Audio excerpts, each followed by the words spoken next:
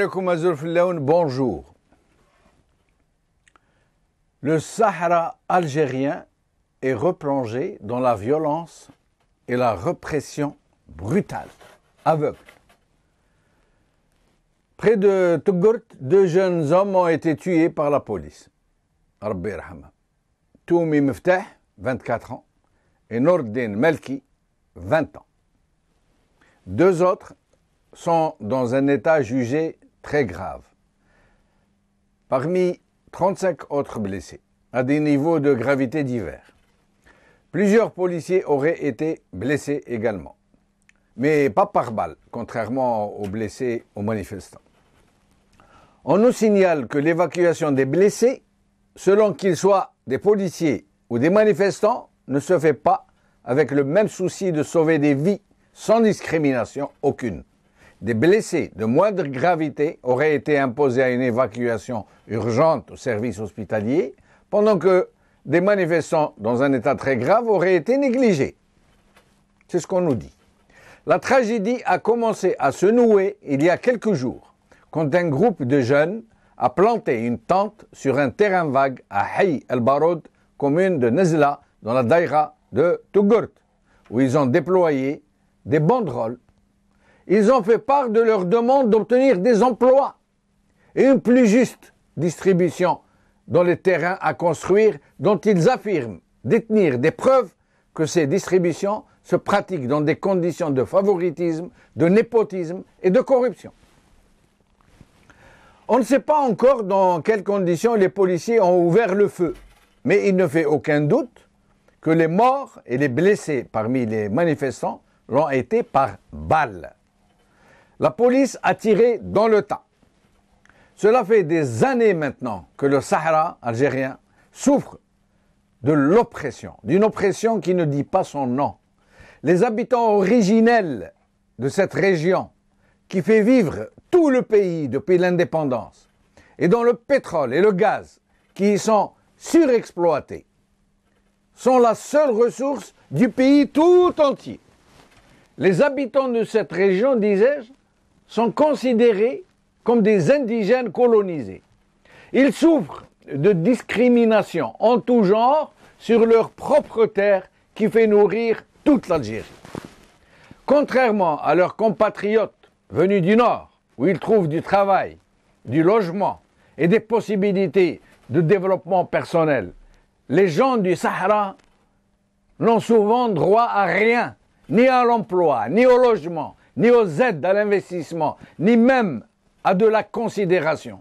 Ils continuent, pour la majorité d'entre eux, à habiter de vieilles bâtisses en terre battue, sans climatisation.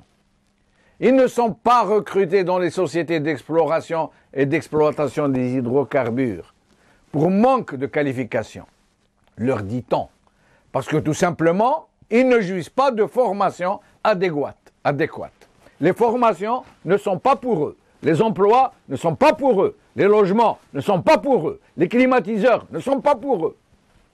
Leurs ressources hydrauliques, notamment celles des nappes profondes, ont été surexploitées.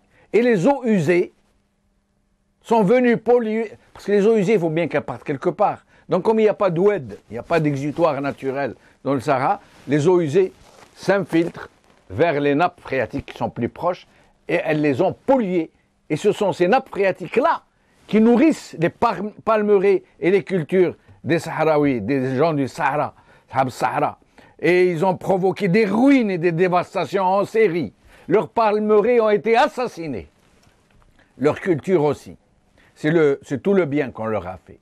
À signaler aussi que la plupart des responsables en tout genre, administratifs, sécuritaires, gestionnaires, qui sont installés au Sahara, ne sont pas originaires de cette région.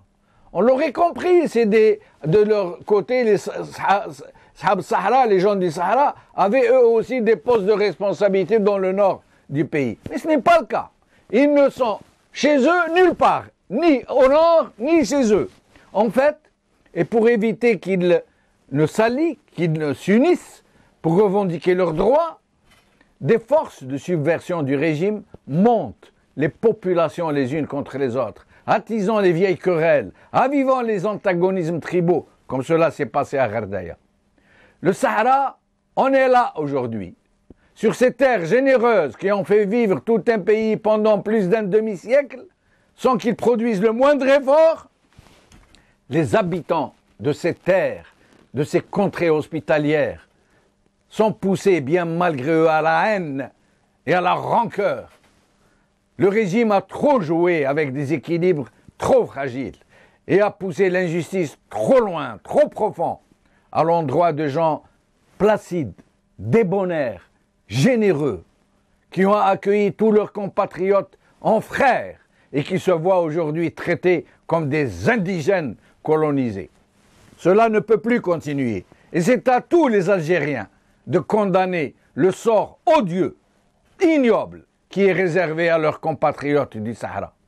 Il est encore temps de sauver ce qui peut l'être, avant qu'il ne soit trop tard. L'unité de tous les Algériens est en jeu. Mais il ne reste plus beaucoup de temps. Aujourd'hui, Kalima DZ, urgent, des centaines de jeunes protestateurs sont rassemblés autour du siège de la sûreté à Tougourt. Le Parisien, Algérie, heurt sanglant après une manifestation, 2 morts. Huffington Post, une manifestation de protestation dégénère en émeute à Tougourt, 2 morts, de nombreux blessés. Avec nous aujourd'hui, Rachid Aouine, porte-parole du Front National pour la protection de la richesse et de la lutte contre la corruption, et Yahya Bonouar, directeur du journal en ligne Kalima DZ. Rachid Aouine, vous êtes avec nous? Ahlan bik, salam khoya Rachid, marhaba bik. Rachid Aouine ne s'exprime pas très bien en français, donc il va s'exprimer dans notre langue. مرحبا بك تفضل خويا رشيد تكلم لنا قلنا واش راه صاير في هذه المنطقه هذه مره اخرى. هو بطبيعه الحال عشيه البارحه الجمعه 28 من نوفمبر 2014 بحي عين الصحراء المسمى بذراع البارود بلديه النزله دائره تقرة بولايه ورقلاء وقع اشتباك ما بين قوات الامن ومحتجين سلميين خرجوا للشارع تنديدا بتجاهل السلطات المحليه والولائيه لمطلبهم والمتمثل في توزيع قطع اراضي خاصه للسكن، في حين ان خروج هؤلاء بعدما سئموا كل الوعود خرجوا للشارع للفت انتباه المسؤولين، غير أن عدم إحساس واكتراث السلطات بهم دفع بهم إلى تصعيد الاحتجاج بالخروج إلى الشارع بعد صلاة الجمعة البارحة في احتجاج سلمي، ما أسفر عن فضهم من طرف قوات الأمن عن اشتباكات دامية أدت إلى سقوط قتلى وجرحى. سامحني يا أخويا رشيد، اعتقالات أخويا رشيد، سي رشيد سامحني، احتجاج سلمي قلت لنا باللي خرجوا الشبان في احتجاج سلمي، وشيه الشرطه واش دارت؟ ضربتهم بالبارود، تيرات عليهم. هو مش هو بدايه خلال فض الاشتباك وقع بعد فض الاعتصام وتوقيف اكثر من 29 محتج، مما ادى الى بعض المحتجين الى توجه الى مقر الامن للمطالبه باطلاق سراحهم الفوري. ثم وقعت الاشتباكات. ثم هما كانوا مدارين احتجاج سلمي، الشرطه راحت حكمت منهم 29 واحد داتهم، ثم وقعت فيها مناوشات. واش دير الشرطه؟ تيرات على الشعب هكا. نعم، بعد الاشتباكات هناك وقع سقوط الضحايا من قتلى وجرحى. واليوم كما عندكم خبر الان على بالنا باللي كاين زوج موتى ربي يرحمهم وزوج في حاله خطيره جدا، كما سمعتوا عليهم؟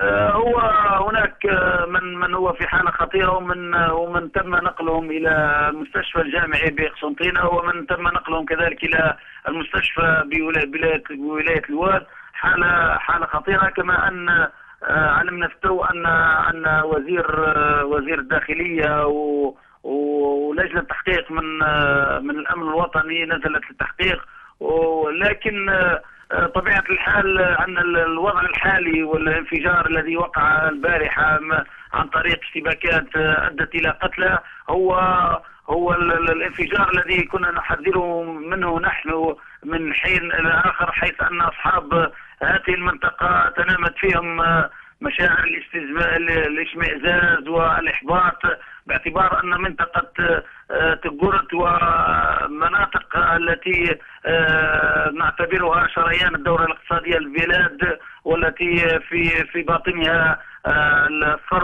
ثروه المحروقات، ما زالوا يواجهون البطاله وتدهور القدره المعيشيه والتهميش والمحسوبيه وعدم تكاتف الفرص، حيث ان هؤلاء المحتاجين لم يتحصلوا رغم الوعود التي وعدوهم بها السلطات المحليه، لم يتحصلوا على شبر واحد صالح للسكن، في حين كانوا يرون ان اصحاب النفوذ من نواب المجالس الوطنيه والمحليه ورجال اعمال يتحصلون على عشرات الهكتارات، وهو الشيء الذي زاد من حدة الضغط في نفوس المحتاجين وفقدان الثقة في مؤسسات الدولة، وأدى بهم إلى الخروج للشارع. يعني باش نقولوها طقفة بقة حقرة عيناني يعني.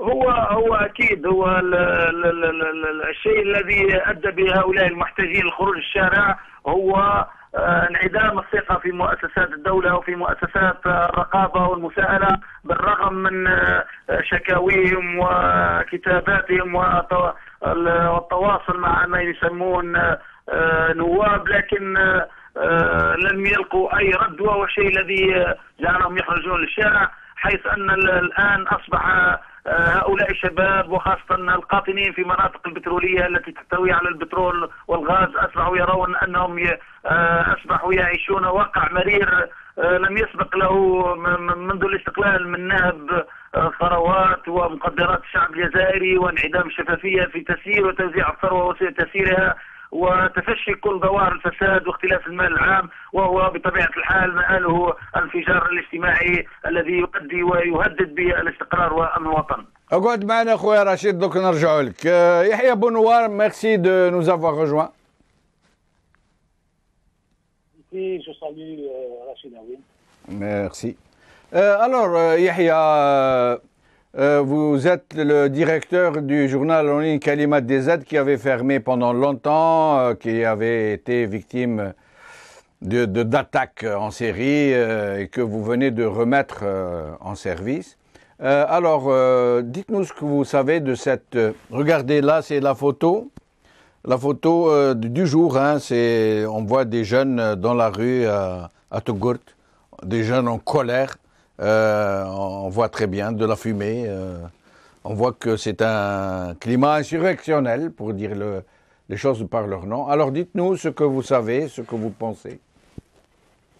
Bien, écoutez, ce qui vient d'arriver est très malheureux, mais hélas, est prévisible, était prévisible, et nous avons déjà prévenu que ça arriverait, et malheureusement, encore une fois, ça risque encore de se reproduire.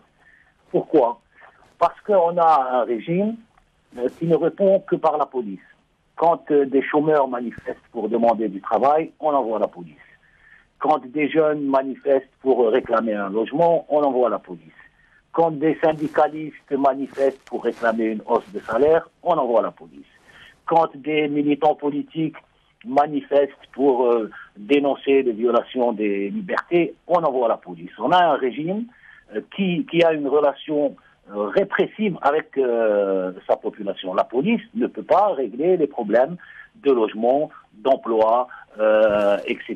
C'est des règlements politiques. Les politiques, l'État, le régime actuel ne fait pas de politique.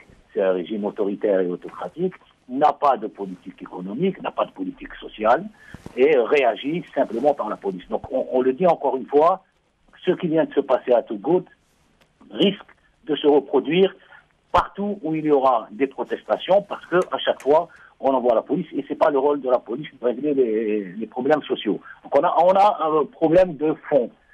Aujourd'hui, donc on sait maintenant, l'information est sortie, que le ministre de l'Intérieur, accompagné du directeur de la police, se sont rendus à Touggourt. Et qu'est-ce qu'ils font?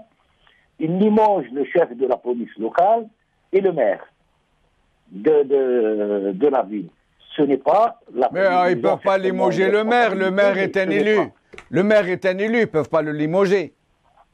Si, il y a des procédures de destitution. Oui, on n'est pas dans un pays démocratique. On est dans un pays où le wali peut destituer un maire.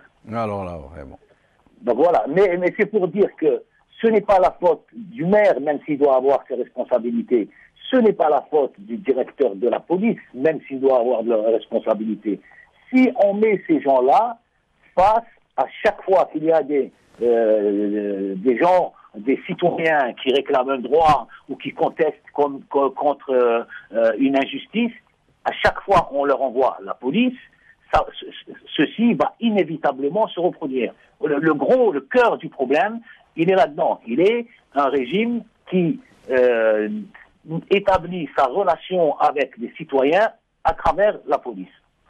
Yahya Bonouar, on ne parlera jamais assez de l'injustice qui est faite aux gens du Sahara.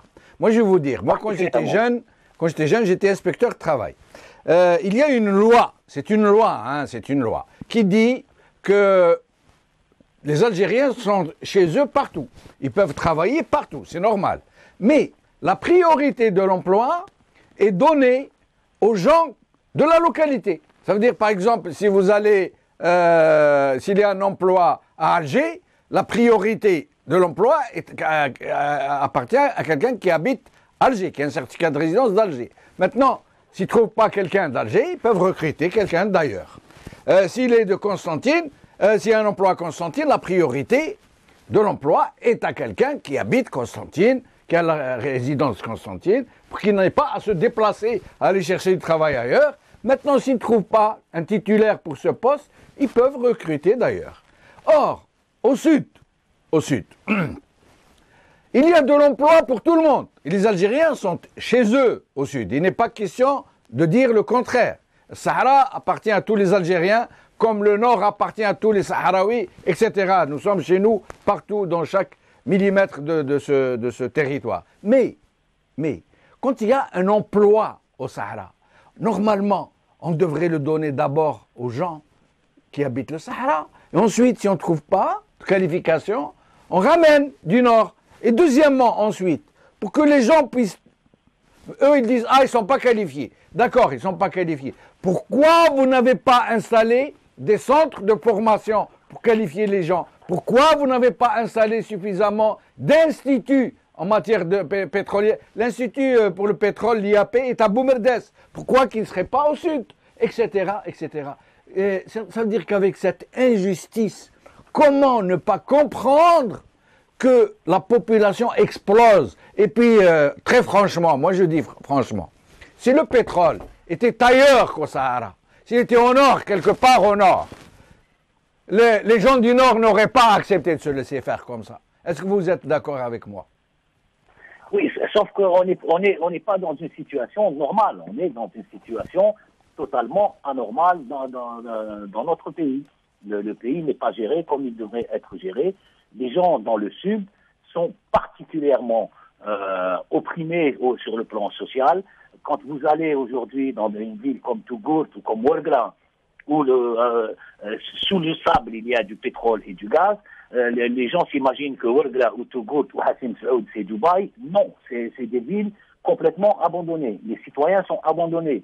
À Ouargla, la route principale est à peu près en bon état, celle qui traverse la ville du nord au sud.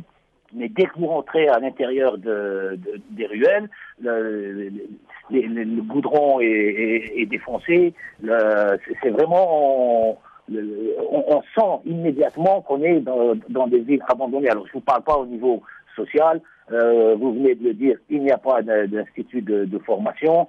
C'est une région que ce régime a considérée et continue à considérer comme un puits de pétrole. Ils vont pour puiser le pétrole. Et puis l'argent qui vient du sud, on le retrouve à Hedra et à Club des Pins.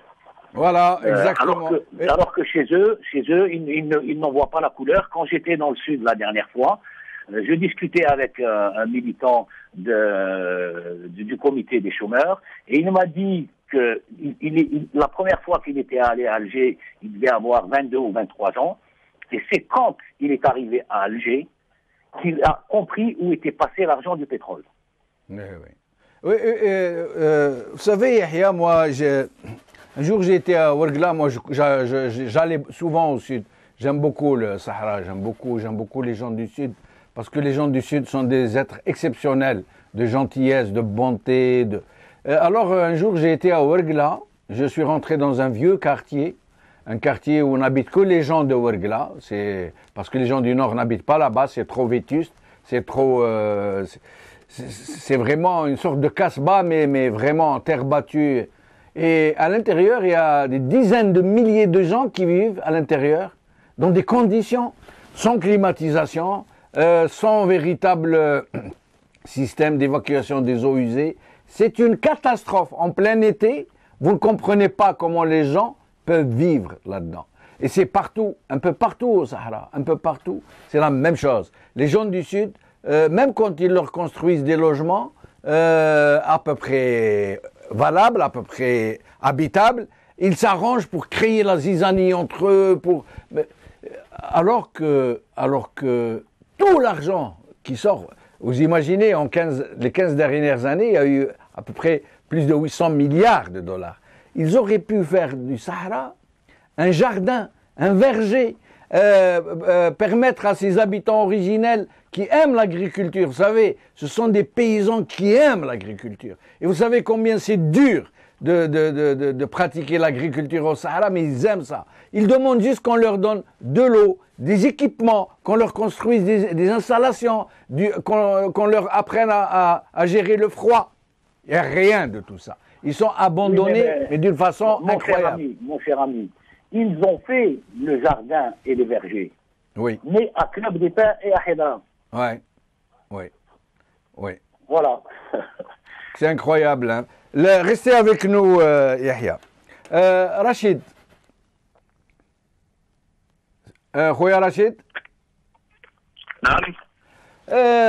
كنا نتكلموا على ناس الصحراء، يعني هذه الحقرة، يعني هما على كل حال الجزائريين كل لما يروحوا الصحراء، صحراء بلدهم، كيما الصحراء لما يروحوا التل بلدهم. احنا بلادنا ما عندناش التميز، ولكن للدرجة هذه وين يعني الناس الصحراء اللي ساكنين في أرضهم في كذا يشوف باللي معيشة البلاد كاملة من تحت رجليه، يبدوها من تحت رجليه، وهو يحقروه للدرجة وين ما كان لا خدمة لا تكوين لا مسؤولين تاع البلاد اللي خارجين من الصحراء، لا جامعات يعني اللي تستاهل الاسم هذا تاع جامعات، لا يعني مؤسسات تجارية، يعني لا طرق، لا أحياء، لا ناس الصحراء.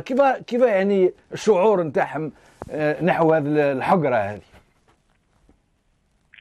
نعم، هو أكيد الشعب الجزائري كامل يعاني من التهميش والحقرة والمحسوبية، لكن الآن من المفارقات في الجزائر أن النظام الحاكم كرس انعدام التوازن الجهوي، وأصبح هناك مواطن من درجة أولى ومواطن من الدرجة العاشرة.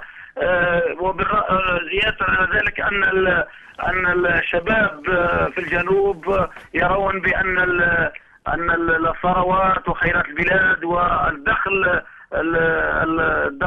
الأمن القومي والدخل للخزينة العمومية يعتمد بدرجة أولى بنسبة 95% من البترول والغاز، لكن ما زالوا يعانون أشنع وأبشع أنواع التهميش والإقصاء والحقرة.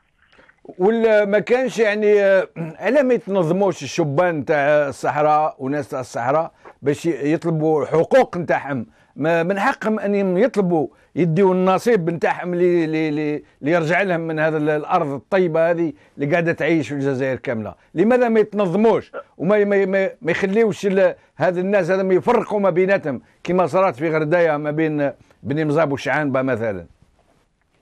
هو اكيد بطبيعه الحال المتتبع لحراك الجنوب من بدايه سنه 2013 السلطة والنظام الحاكم يعمد على تفرقة واختراق وشراء الذمم لكل من تسول له في تجنيد الشباب أو لتوعية سكان وشباب الجنوب للمطالبة بحقوقهم الاجتماعية.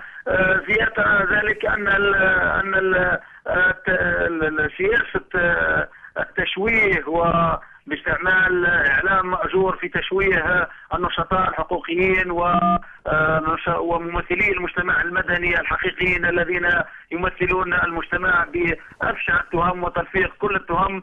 زيادة على ذلك التضييق التي تمارسه السلطة في توظيف أجهزة الأمن والقضاء في تلفيق التهم لكل النشطاء الحقوقيين والسياسيين الذين يتحركون في الميدان بطريقة منظمة. خويا رشيد نقول لك حاجة، شوف ماذا بيك بلغ للناس تاع الصحراء أحبابنا وخاوتنا باللي في التل كاين ناس بزاف من الحقوقيين ومن النقابيين ومن الشعب الجزائري اللي راه وجعهم قلبهم، اللي راهم واقفين معاهم وراهم في جنبهم وراهم معاهم ضد هذا الظلم وضد هذا الحقرة. وبارك الله فيك وإن شاء الله نتلاقاو. أريد أن أضيف كلمة الأخ جمال تفضل. فيما يخص الأحداث الأخيرة. قلت أن طريقة التعامل التي تعاملت بها السلطة مع المحتجين والاشتباكات الدامية التي نتجت عن تعامل السلطة، نحمل السلطة المسؤولية كاملة عن هذه الأحداث الدامية بسبب تشبثها بخيار الحمل الأمني والأمني فقط في حل المشاكل الاجتماعية.